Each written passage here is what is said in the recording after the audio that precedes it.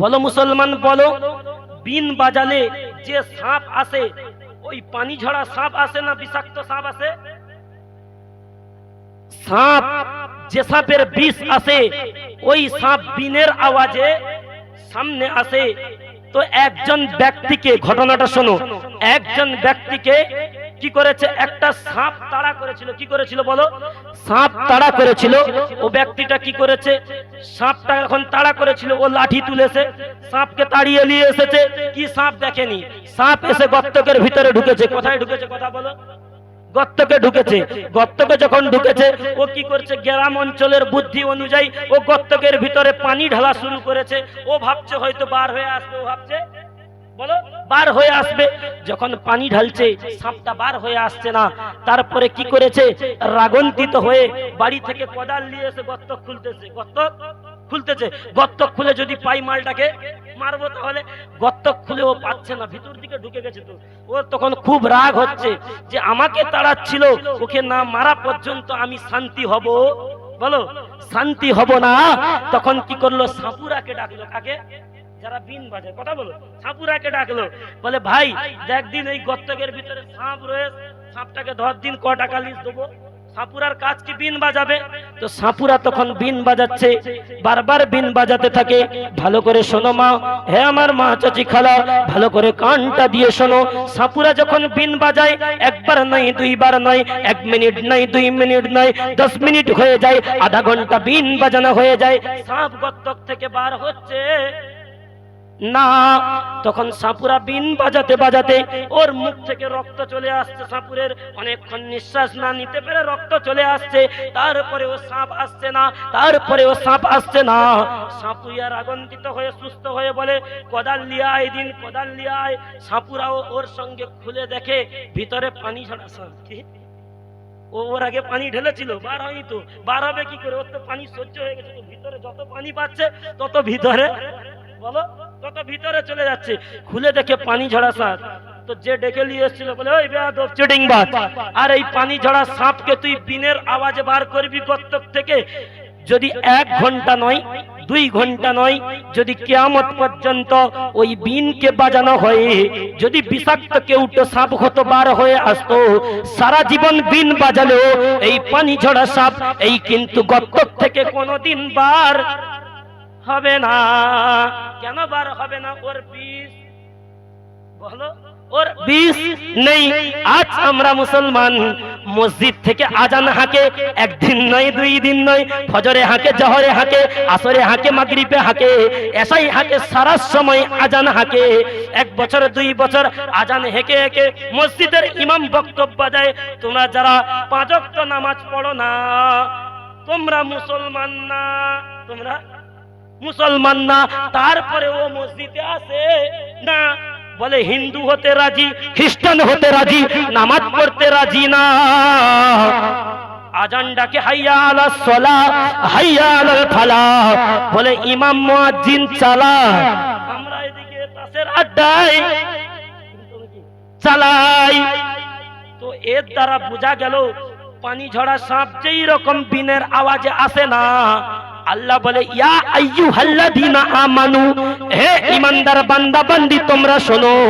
ওই আজানের আওয়াজে ওই রকম ভাবে ঈমানদার বান্দা মসজিদে আসবে, ঈমানদার বান্দি নামাজের পাটিতে যাবে। ওই রকম পানি ঝাড়া মার্কা মাল, ওই রকম ঈমান ছাড়া মাল, ওই রকম চিটিংবাজ মার্কা মাল ওই আজান শুনে মসজিদে যাবে। বলো মসজিদে যাবে না। যদি বলো কেমন করে, যে সাপের বিষ নেই ও সাপ বিনে আসে না। যার ঈমান নেই, যে বলে আমি মুসলমান না, ও আজানে মসজিদে আসবে? বলো আসবে না। যদি বলো কেমন করে, যেই রকম আল্লাহ বলে বান্দা যদি তোমার ঈমানটা থাকতো তবে আজানটা হাঁকার পরে তুমি মসজিদে আসতে। যদি তুমি আমাকে ভয় করতে, যদি আমার রাসূলকে মানতে, তবে আজানটা শোনার পরে তুমি ঘরের মধ্যে পাটিটা বিছিয়ে তুমি নামাজটা আদায় করে নিতে। তুমি আসলে মুসলমান বলে দাবি করতে পারো, আসলে তুমি ওই পানি ঝাড়া সাপের মতো ওই মার্কা মুসলমান। কি বললাম? ওই পানি ঝাড়া সাপের মতো। যদি বলো কেমন করে, ও সারা জীবন বিন বাজালে গর্ত থেকে বার হবে না। তুমি আমি মুসলমান, সারা জীবন মসজিদে আজান হয়, আল্লাহর ঘরে আল্লাহ বলে, স্বয়ং আমি আল্লাহ তোকে আমি আল্লাহ নামাজের জন্য ডাকিনি। এবার আপনারা বলবেন আজান হচ্ছে নামাজের জন্য ডাকিনি মানে আবার কিরকম? ওখানে বড় বড় বক্তারা রয়েছে, মুফতি সাহেবরা বলে নামাজের জন্য ডাকিনি মানে কি জন্য?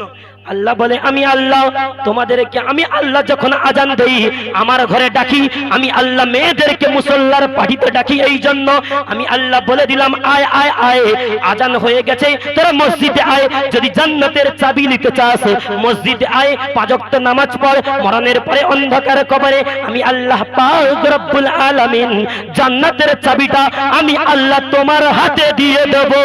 জোরে বলো একবার তাকবীর দাও তো, নারে তাকবীর। যে আওয়াজ দিচ্ছেন শয়তান ভের বসে পড়বে, জোর করে দেন নারে তাকবীর, জোর করে দেন নারে তাকবীর, নারে তাকবীর। তো আল্লাহ পাক রব্বুল আলামিন বলেন যে মুসলমান যখন এই রকম আমার রাস্তা ছেড়ে অন্য রাস্তা ধরবে, কসম খোদার মুসলমান ওই রকম ভাবে সমস্ত জায়গায় মার খাবে, অপমান হবে, অপদলিত হবে, বেইজ্জতি হবে। দোয়া করে দোয়াতে কাজ হবে না। আগে করার সময় যখন মানুষ মারা যেত, মানুষ আমরা জানি, যারা আমরা বয়স্ক দাদিরা আছি, যারা বয়স্ক দাদারা আছি, আমরা সকলেই জানি একটা রেওয়াজ ছিল। রেওয়াজ মানে কি একটা সিস্টেম ছিল। মানুষ মারা যাবে মানে ওই যে ছোট চামচের কয়েক চামচ পানি খেয়ে মরতো। হ্যাঁ না না ঠিক বললাম না ভুল বললাম? সবাই পানি দিত, বুঝতে পারতো চোখ উল্টে যাচ্ছে, সবাই মুখে পানি দিত, জানে ব্যক্তিটা মারা যাবে, পানি দিত। আজ এখন এমন হয়ে গেছে আমাদের কৃতকর্মের কারণে আমরা মারা যাই, মুখে পানি তো জুটে না, মুখে পানি তো জুটে না, পানি তো দূরের কথা, কেউ কেউ সালা মুতে পানি নেয় না, ওই অবস্থায় মরে যাচ্ছে। ঠিক না ভুল? এদিকে কুত্তা ঘৃণাই করে বলে আমি আল্লাহর নিকৃষ্ট প্রাণী, আমি কুকুর, কমসে কম আমি যখন পেশাব করি গায়ে ছিটা লাগবে বলে আমি কুকুর রাস্তার পাশে বাঁধের পাশে পা তুলে পেশাব করি। পা তুলে বললাম না ঠিক বললাম? পা তুলে পেশাব করি। আজ আমাদের সমাজে কিছু মুসলমানের ছেলে কি করে রাস্তার পাশে কুকুর তো পা তুলে পেশাব করে গায়ে লাগার ভয়ে, আরে মুসলমান জ্ঞানী বলে দাবি করে ওই রাস্তার পাশে পেশাব করে প্যান্টে পুছে চেন টেনে লিখছে, চেন টেনে লিখছে, এদিকে বলে আমি খুব শিক্ষিত, খুব শিক্ষিত। কসম খোদার তুমি ওই রকম না পাকি হালতে যদি তোমার মরণটা হয়, কসম খোদার তুমি আল্লাহর দয়ার জান্নাতে যেতে পারবে না। আল্লাহ পাক রব্বুল আলামিন বলেন আমি পাক, আমার নবী পাক, আমার রাসূল পাক, আমার জান্নাতটাও পাক। আমি আল্লাহ জান্নাতে পাক মানুষদের রাখবো, কোন নাপাক মানুষকে রাখবো না। আচ্ছা, আপনারা কোনদিন দেখেছেন যে কোন সাপ সোজা হয়ে চলে, সোজা হয়ে একে বেঁকে ছাড়া? তো একটা সাপ আর ব্যাঙের মধ্যে খুব বন্ধুত্ব। ব্যাঙ একদিন বলছে ভাই তোকে একটা কথা বলবো। বলে কি বল? বলে কিছু বলবি নি বল? বলে না বলবো নি বল?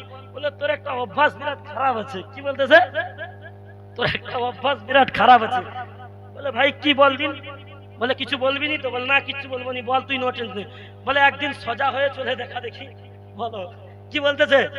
একদিন সোজা হয়ে চলে দেখা। সাপ তখন রাগান্বিত হয়ে ওকে তাড়িয়ে দিয়ে গেছে। কাকে? ব্যাঙকে রাগ করে। তো রাগ করে যখন তাড়িয়ে দিয়ে গেছে, আমরা যদি রাস্তায় বিষাক্ত সাপ দেখি আমরা সাপকে মারি না। যখন ব্যাঙটাকে তাড়া করতে গেছে রাস্তার উপর দিয়ে সাপটা ব্যাঙটাকে তাড়িয়ে নিয়ে গেছিল, তোমার আমার মতো মুসলমানের ছেলে দেখে সাপটাকে মেরে দিয়েছে। কি দিয়েছে বলো? কথা বলো, ভালো করে শোনো, যুক্তি আছে। মেরে দিয়েছে। এখনকার ছেলে তো ডিজিটাল ছেলে, তো মেরে কি করেছে? লোককে ভয় দেখানোর লেগে বাঁধের পাশে শুলিয়ে দিয়েছে সোজা করে। ভালো করে বোঝো, সোজা করে শুলিয়ে দিয়েছে। কথার মধ্যে যুক্তি আছে, শোনো না, যুক্তি থাকলে বলবে। সোজা করে শুলিয়ে দিয়েছে। ব্যাঙ অনেকক্ষণ পরে ঝোপ থেকে বলে যতই হোক আমার তো বন্ধু, কোথায় গেল বলতো? দেখতে পাইনি। ব্যাঙ লাফাতে লাফাতে এসে দেখে পুকুরের পাড়ে রাস্তার কাছে সোজা হয়ে শুয়ে আছে।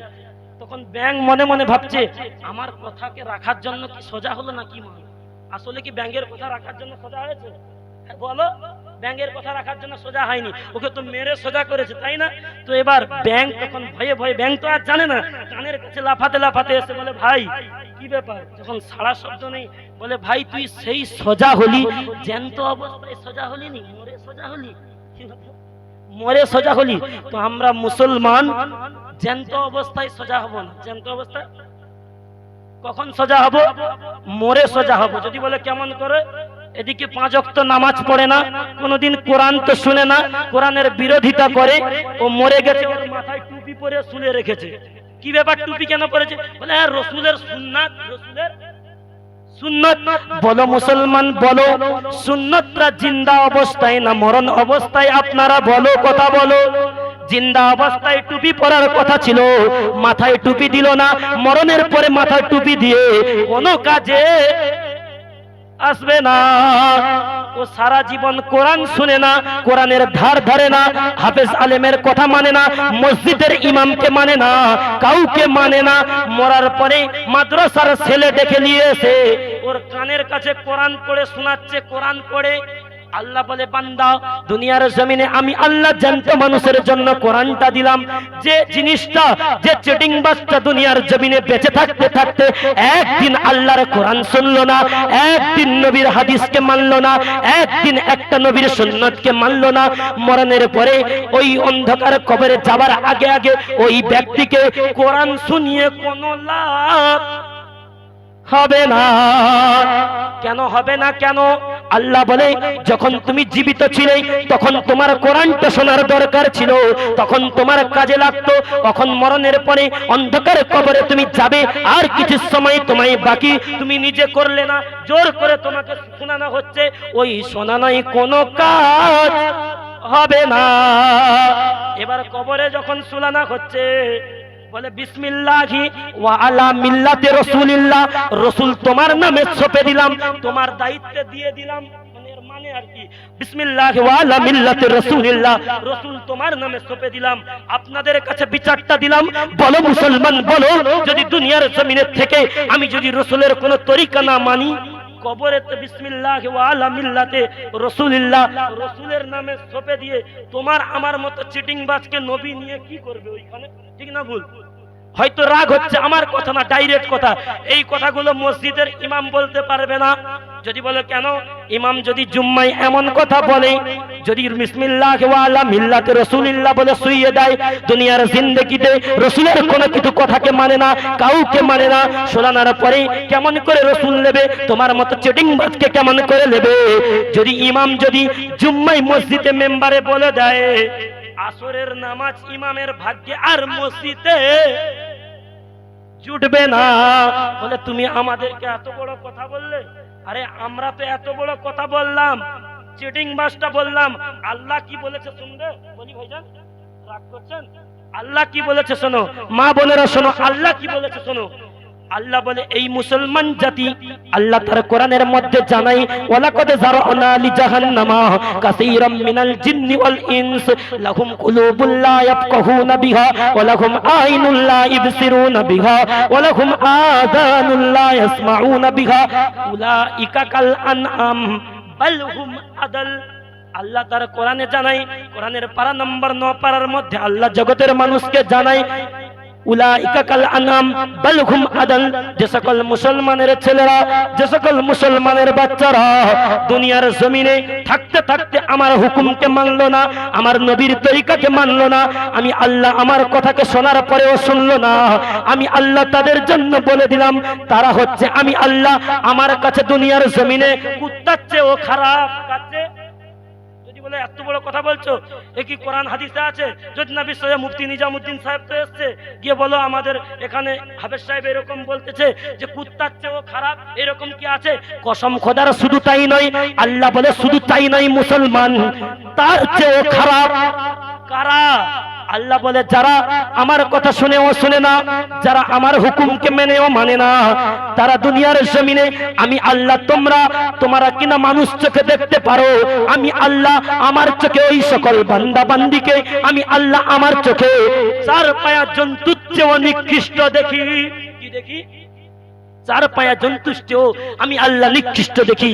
তাই আমরা মুসলমান জানি না কে কখন আল্লাহর ডাকে সাড়া দিয়ে চলে যাব কবরে।